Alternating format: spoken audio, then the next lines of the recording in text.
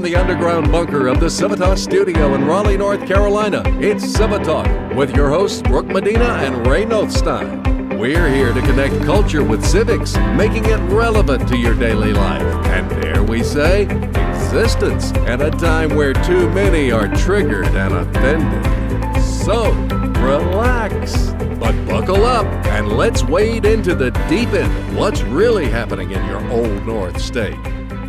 Welcome to another edition of Civitalk. Today we're going to discuss the latest at the General Assembly, the NCAE press conference, the crazy woman in Bladen County. I think there's only one, so we'll talk about it. I've been to Bladen County. There might be more.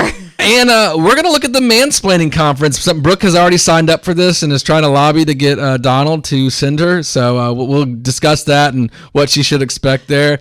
And my son is doing swimming lessons, so we'll discuss that. First, though, Brooke, I want to bring something up. I'm springing this on you, but I know Leah's kind of angling for your position as co-host. And I do want to say that Leah and I agree more than you and I agree. So it could be easier. Which is why you need me as a co-host. I'm just saying I am the gadfly. It could be easier for me because Leah just agrees with me more. I think, she's very smart, obviously. And and what he didn't say was how much I challenge his thinking and cause him to become a better editor and person overall. That's true. I'm just saying Leah agrees with me more. So. So you're being shallow, Ray, and okay. I think I'm gonna have to woman-splain to you. So my son James is in swimming lessons now, and he did really good the second time. The first time, my wife has some funny videos of him actually doing it, but the teacher's holding him. He's 2.5. The teacher's holding him, and he's like going, "Mama, Mama." And there's I got a couple other girls who are a little bit older, and they're more water friendly, and so it's just funny. Water friendly. So was he do you think he had nightmares later on that night? No. It was traumatizing or no? No, he's just James is very dramatic. He's a good kid, but he can be very dramatic. He's very high maintenance. I never met anybody as high. No, that's not true. I am high maintenance, but not as much as him. He's ridiculously high if you're going to talk maintenance. smack to me out the gate, then I'm just saying. No, my son will have a blanket around him, and it won't be pulled up all the way, and he'll call you from the other room to pull his blanket up onto his chest. Oh, that's cute. Or he's got something, a toy, and then it'll literally be within arm's reach, and he'll be like, can't reach it, and he's not extending his arm. He's extending his arm like it's a claw arm. He's like a T-Rex arm? Yeah, he's like, can't reach it.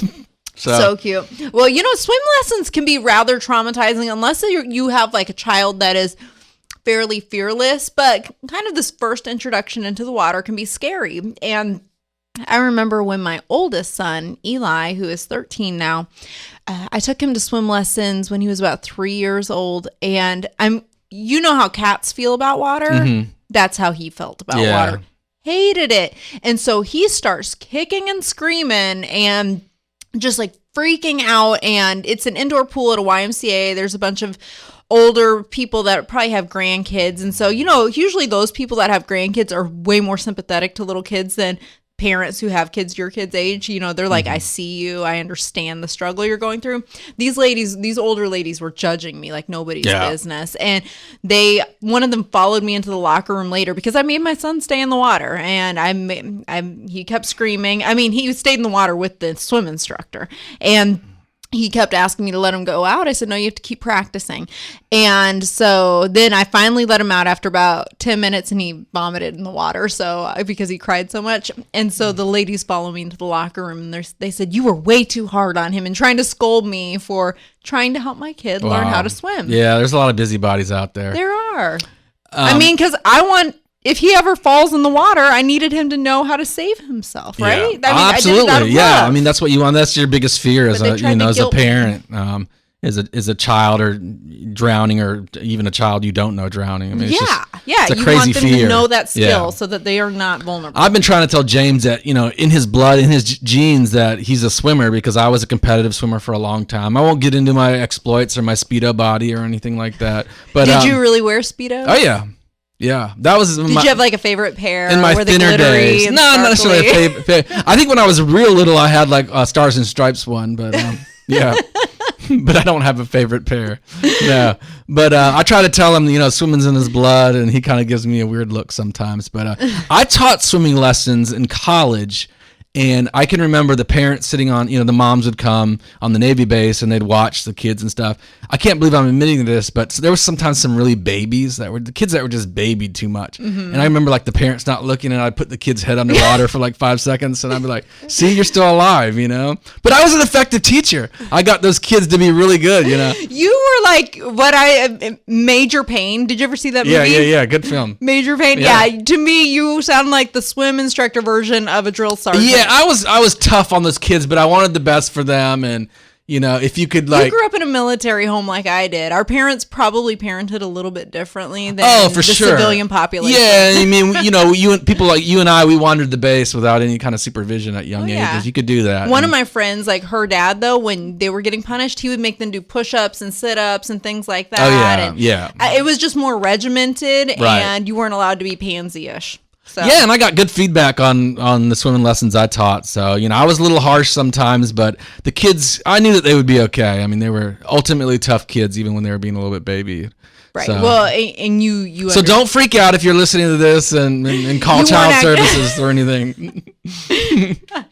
No, you teach them how to survive. Essentially, I mean, I think swimming is one of those skills that kids should learn early on. Yeah, earlier the better for sure. So, Ray, are you going to this mansplaining convention or signing Kelly up for it? No, I actually thought about Kelly as a potential person to go to this because I know she goes to a lot of like conferences in higher ed, and I thought this would be good for her. So all the speakers are male. Yes, it's called the Make a Women Great Again conference. Oh, okay. And it's a 3-day seminar. That's a good conference. I mean, I'm all for that.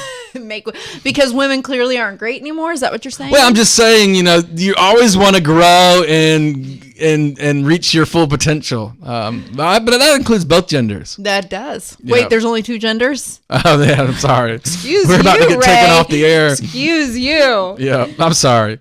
No, actually, it's called the 22 Convention, but the tagline is Make Women Great Again. And it's in Orlando, Florida. And it promises to be a mansplaining palooza on teaching women how to drop extra pounds, land a husband, pop out loads of kids, and say no to the toxic bullying feminist dogma. Popping out loads of kids and being super thin is not easy. So I applaud women that can do that. It took me a solid 2 years after each kid to get back to like pre-pregnancy weight and everything. And it was a lot of work. I'll just tell you that. But I'm sure women love to be told by men, all their flaws and how they can get better. So here's how you can lose the weight. Yeah. And here's how you can be more feminine and less you right now. So no, it's incredibly off-putting. I'll be honest with you. There is a certain demographic of the female population that will be drawn to this. You don't want Corey D'Angelo or what's his name or those type of people telling you that how to be a better woman? No, I don't. I don't. I feel like I've been disclaimer. I've been a woman all my life, and I feel like I have a good handle on it. And of course, we can all improve, and there are areas to do that. But this whole mansplaining convention, I see it just as it is a veer to the other extreme in response to this extreme feminism, right? And so when we're looking to avoid one ditch, the danger is to swing this pendulum and go into the next ditch. Rather than a common sense middle of the road, we can celebrate the gender differences that we have as men and women. I think they're wonderful. I'm very glad I'm a female. I don't want to be a male. I don't want to be manly. But I don't feel like I need a lecture from these men to help fight back the toxic bullying feminist dogma. What I hope happens, Brooke, is that some feminists actually see that and think it's like, a anti-male type convention and show up. Yeah, by accident. Oh my. That would be awesome. That would be something that would definitely make its Twitter rounds and video, like the showdown. Oh yeah, there would definitely be meltdowns. Yeah, like think Rosie O'Donnell meets Stefan, that really toxic masculine guy on Twitter who talks about how women shouldn't wear high heels and that if they have red lipstick on, they're trying to like send some subversive message. Wow, I don't know. Yeah, he's crazy. Yeah, so okay, well, since you don't know him, but either way, look him up online later on. But if you are going to that conference, do feel free to contact us and give us feedback because we'll have a follow-up. We'll have a follow-up show and maybe have a guest. If you went to the conference or you're planning on going to the conference, reach out to us and you can come into the studio and we'll talk to you. Yeah, I'd be curious to hear if my assumptions about this conference are correct. I am open to being made wrong on this front. I hope I am, but it sounds a little toxic in its own way, in my opinion. But hey, let's talk about something I'm not else. going to judge. I'll let Brooke judge. Yeah. I'm not going to judge people that go to that. Okay, well, I am. Let's go ahead and move on over to this General Assembly drama that happened on Tuesday, January 14th. And so you're listening to this a few days after this has happened. But surprise, there's no budget veto override. The General Assembly came together because Governor Cooper had vetoed a budget last year. Because of Medicaid expansion. That's what he said was because of Medicaid expansion, and that the budget that the Republicans had drawn up prioritized corporations and corporate tax cuts over educators, which is ridiculous because he's the one that issues tons and tons, millions of dollars in cronyist corporate packages for big corporations like Swiss Bank and Microsoft and things like that. So there is no new budget. We're going to continue moving and using the budget that we had in 2018, I think, right? I think that's correct. Yeah, so we're going to just keep this other biennium budget that we had already passed. There was some mini budgets passed, which included raise for some state workers, but Governor Cooper didn't want to give a raise to teachers in the sense that it wasn't enough. That was his line of reasoning. He wanted... How would you feel if someone said, oh, I wanted you to have a better raise, so when they offered you a 3.9% raise or 3.6%, I told them no, thanks. Yeah, no, I mean, thanks. it's like, let's say, the president of Civitas said, I'm giving you this, and then the board says, nope, that's not enough for Brooke, so they don't come to an agreement. Just let her keep doing her job at the other pay. I would be offended by that. But apparently they're politicizing it, though. So Governor Cooper, the North Carolina Association of Educators, the NCAE, which is essentially a union here in the state, or they're attempting to unionize, they held a press conference there on Tuesday. I actually attended that with Leah Byers and Bob Libke, our policy director, and just listened to the misinformation and misleading claims that they were making. And just this entire conversation around educator pay, they kept using the word respect and weaponizing teachers, or weaponizing this message in a way to try to alienate teachers from conservative fiscal policy and make it seem as if teachers aren't respected. And it's unfortunate because the teachers are caught in the crosshairs. And we've seen the federal government do it with military pay. They politicize that oftentimes and try to whenever there's a government shutdown, talk about the soldiers and stuff like that. And I see it at the state level here with the teachers, and it's a shame. Yeah, and I think the Republican General Assembly overall has passed like a 20% raise or something since 2010. Yeah, over the past on 5 teacher. pay raises. Yeah. It's about that much. So there's been a dramatic increase. Some of this comes off the heels of the Great Recession and the state struggles in terms of the budget, and Democrats raising taxes, and just a whole slew of messes when it come to the budget. And Republicans have done a good job in North Carolina in terms of turning the state around from a fiscal and just fiscal responsibility in a budget aspect. So that's the good news. But you're right. I mean, I'd be upset if I was a teacher because I'd rather have something, nothing. And of course, Cooper and his cronies and the Democratic Party here are saying, well, we can win on this issue politically, so we'd rather have them have nothing. They're going to stick with us anyways, and we're going to make this, our big issue in the 2020 campaign. But I mean, you are playing with real people's lives here. And so, and here I just remember this statement from Senate Leader Phil Berger. I thought this made a lot of sense. He did say that teachers were getting a little less this budget because they wanted to focus on some other state workers who had been neglected in past budgets. So that makes sense. I mean, it makes sense to me. Money doesn't grow on trees. We have to allocate it responsibly and in ways that make sense. And to be honest, the teacher pay issue is just one component of the state funds and the revenues and how they need to be allocated. And yeah, a lot of these other state workers have not received a raise. Right. Republicans were getting trapped on this, and whatever they proposed was never enough. So I think for them to just say this is what it's going to be, and that's what it is, and it was 3.9% over 2 years, and stick with that, I think was actually a smart move. I know that they made a last-minute deal for 4.4% if the Senate would vote to override the veto. The dissenting senators and the other party would help override the veto, but that didn't happen. So, I mean, you really have politics being played here with teachers, and it's unfortunate. It's unfortunate to me that Cooper is using them for basically kind of his scraps or his collateral damage or collateral protection for his 2020 campaign. But if they're fine being used in that way, then they're fine being used in that way, and that's what the union is okay with. So. Well, and the thing is, though, Bob just wrote something on our website, and it should be on our homepage, and it says NCAE continues to lose members and revenue. Shouldn't someone ask why? And so when you do the math and make some educated guesses on the actual NCAE enrollment numbers, which aren't public, but you can draw some conclusions based on other data. Only about 15% of the current teacher population are NCAE members. And so they claim to speak for these teachers, but really, you think about it, 1 out of every 10, maybe 2 out of every 10 teachers actually align probably with the NCAE to the degree that they're actually willing to pay dues for their quote unquote services. Yeah, I mean, teachers obviously are going to be a homogenous group like the entire population. There's certainly some that are conservative. There's some that are going to stick with the NCAE and see them as, their bully pulpit and their protector.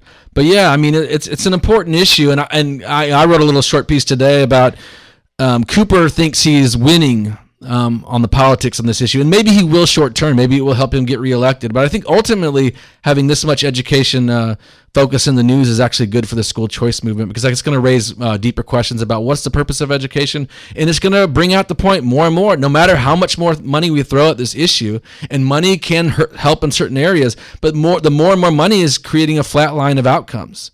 And so that's just going to continue on. I mean, there's been a study by Cato Institute, I think, that covers the last 20 years or even maybe further than that. We've seen the federal spending on education and state spending on education has not produced better outcomes. So it's time to try something different. It's time to, like Bob and others have proposed, to get rid of this teacher salary schedule and allow principals and superintendents to set pay and let teachers negotiate for their pay, and let teachers that are good teachers be rewarded, and bad teachers that are bad teachers, frankly, they're not going to get raises. They're not going to be compensated financially for their wreck or what they do in the classroom if it's a disaster. That's a healthy feedback loop, right? Yeah. I mean, when the value we create or our work performance is tied to our pay, it's a healthy incentive that plays out in so many other parts of life and other parts of the labor market. And so for them to thwart that by these salary schedules does create a lot of conundrums and perverse incentives to not even try.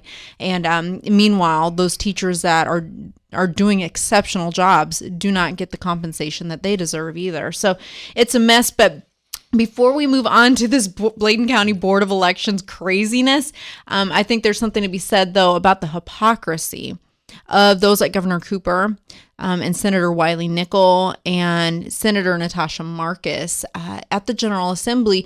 These are vocal anti-school choice opponents. Anti-school choicers, and they regularly talk about how charter schools need to be either closed down or opportunity scholarships need to be diminished and things like that. Yet these are the same individuals like Cooper, Nickel, and Marcus. They sent their children or attended themselves private schools that cost thousands and thousands of dollars each year in tuition, and yet they're denying other people the same sort of educational opportunities just because of the zip code they live in, or that because they're low income. To me, that's so unwoke. Yeah, I mean, this has been a big problem with limousine liberals for generations. I mean, that's a term that came about for a reason. I mean, there are a certain segment of the left, and it's pretty large, that is very do as I say, and do as I say, not as I do, and that's continued on. I mean, I remember when Obama, I think when Al Gore moved to D.C., they were talking about they're going to put their kids in public schools at one time. No, it never happens. People that go to Washington and work in our government, they're not putting their kids in D.C. public schools. And, what we're asking for, and what parents all across the state of North Carolina are asking for, is to have the same opportunities that wealthy individuals that are well-connected have.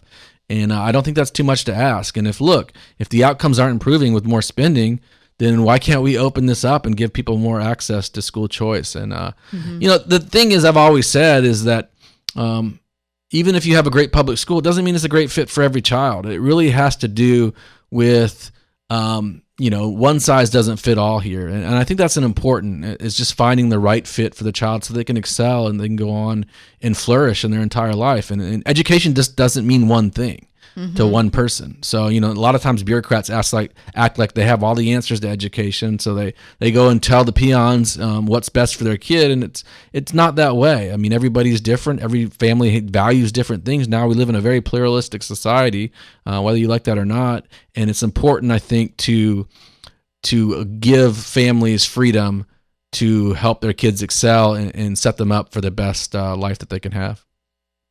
100% agree. And I think that really, until we are able to get at least a general consensus, and maybe we don't even need this because you talk about being a pluralistic society, but just some sort of way in which we can define education and move it a little bit further away from this whole notion that it has to do just with standardized test scores and these particular scope and sequence learning outcomes. Education is so much more than that. I heard someone say this, and it sounds poetic, so it might actually make and do some eye rolls, but they said education is the unfolding of the soul. Like it is something that requires an engagement of the mind, the will, the emotions, the spiritual and the physical, the transcendent and the tangible. And so I think until we're actually able to look at education more holistically, we're going to continue to run into these walls. But I completely agree.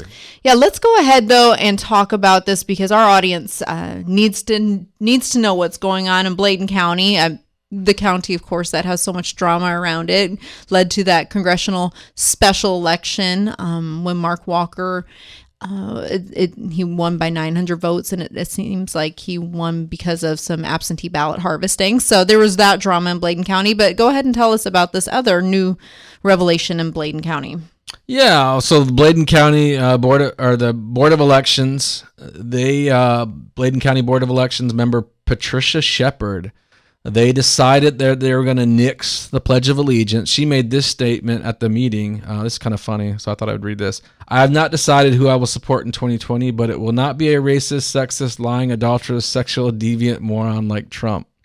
Oh my. I thought that was funny. Nonpartisan Bladen County Board of Elections issuing statements like that. Okay. But they voted not to include the pledge. I guess they were saying the Pledge of Allegiance previously, and they voted along party lines, Democrats voting for this, Democrats or Republicans voting against. They're not to include the Pledge of Allegiance from the agenda of their public meetings.